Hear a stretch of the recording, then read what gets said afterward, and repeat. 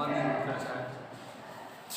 Morning all of you. आज की हमारी क्लास हो रहेगी बीए के लिए जनरल साइंस की क्लास, ठीक है। इसमें आज हम पढ़ने वाले एक टॉपिक आपका दिया है आपका state of matter. State of matter का मतलब क्या हुआ? पदार्थ की अवस्थाएं या पदार्थ की कौन-कौन सी अवस्थाएं होती हैं। तो सभी जानते हैं हमारे पूरे आसपास पूरे चारों तरफ जितनी भी चीजें हमें दिखती हैं या तो वो ठोस में है या लिक्विड में है या फिर गैस फॉर्म में है। सिर्फ तीन फॉर्म में ही जो पदार्थ की अवस्थाएं होती हैं। मतलब हमारे चारों ओर देखिए ये हमें टेस्टर दिख रहा है, किस फॉर्म में है? ठोस फॉर्म में है, ठीक है।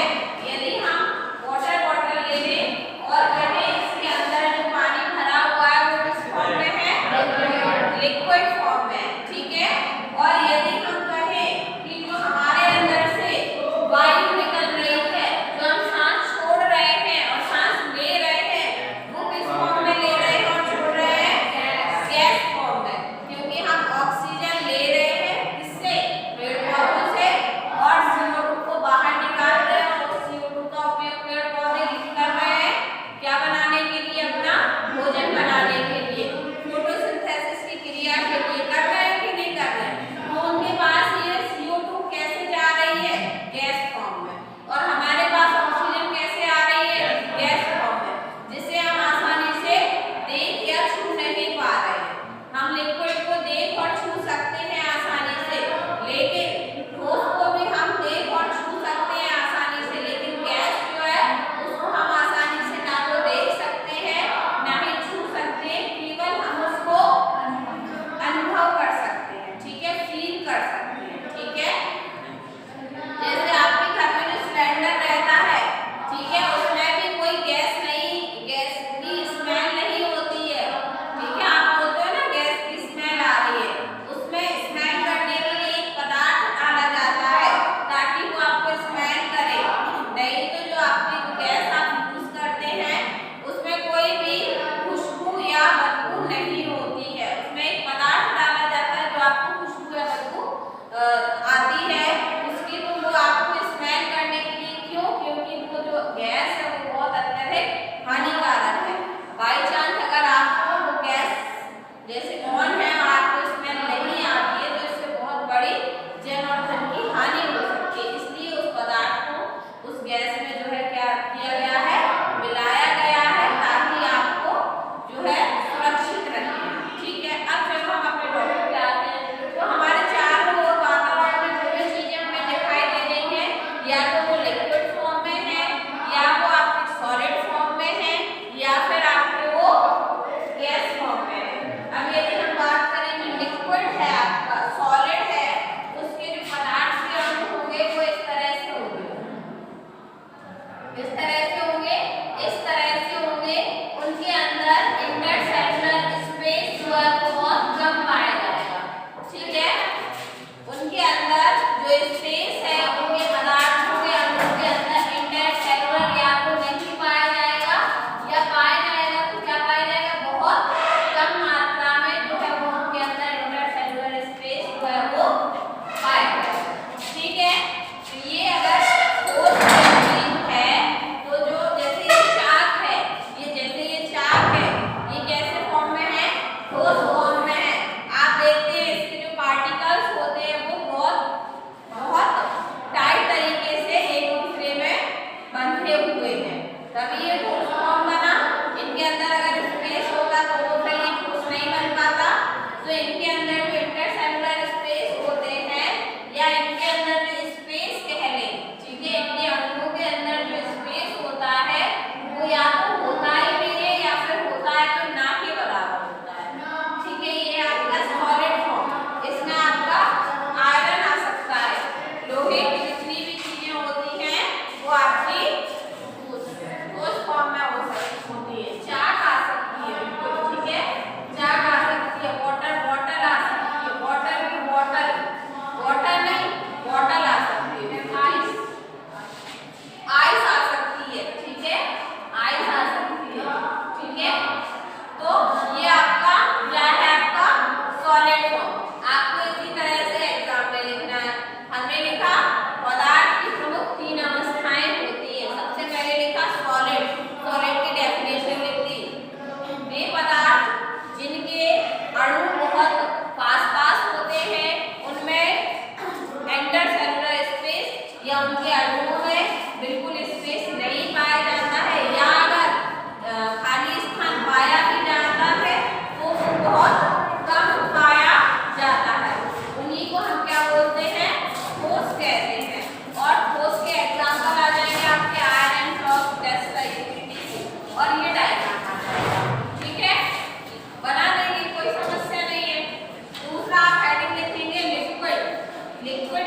होता है गैस, लिक्विड क्या होता है?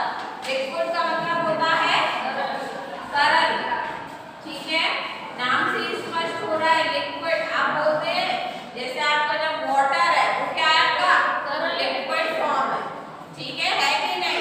तो जो लिक्विड होता है उसमें लिक्विड के अणुओं के मध्य इंटरसेल्युलर स्पेस थोड़ा पाया जाता है, जिसको हम आसानी से देख सकते हैं सूक्ष्मदर्शी की हेल्प से, आसानी से तो नहीं, लेकिन इनके अणुओं के मध्य इंटरसेल्युलर स्पेस पाया जाता है। इसलिए यदि आप पानी को अगर नीचे डाल देंगे तो वो बह जाएगा, बह जाएगा कि नहीं? तो क्यों? क्योंकि उसमें जो स्पेस है, जो जगह है अणुओं के मध्य वो पाए जाते हैं, ठीक है।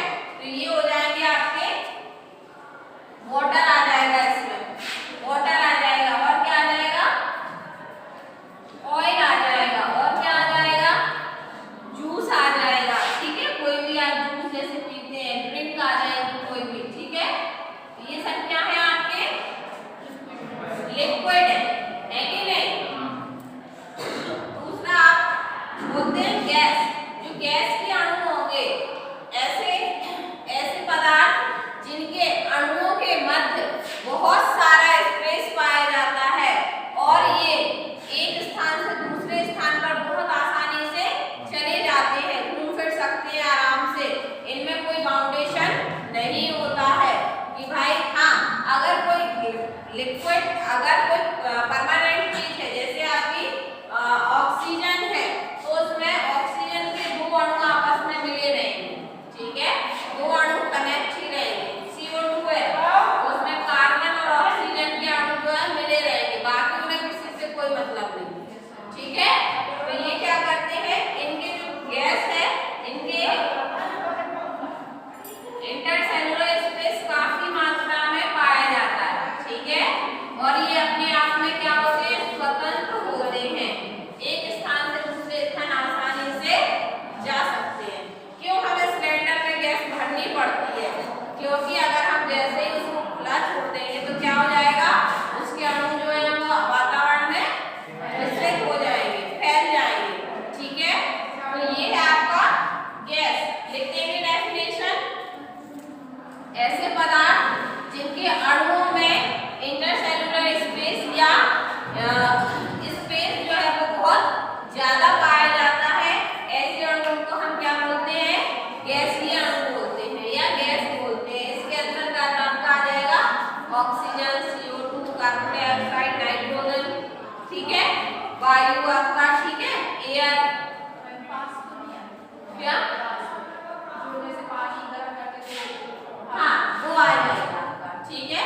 लेकिन वाष्प जो है वो आपका लिक्विड फॉर्म में आ जाएगा, क्योंकि आप जब वाष्प जो है निकलती है उसमें क्या रहता है, पानी रहता है। आपने कभी आपने घर में भी ये ऑब्जर्व किया होगा, जब आप कोई सब्जी या कोई पानी को ढक देते हैं तो जो वाष्प उड़ती है काफी प्लेट्स पर ऊपर पानी के बूंदों के रूप में जम जाती है कि नहीं? तो वाष्प जो है वो लिक्विड फॉर्म में है, ठीक है।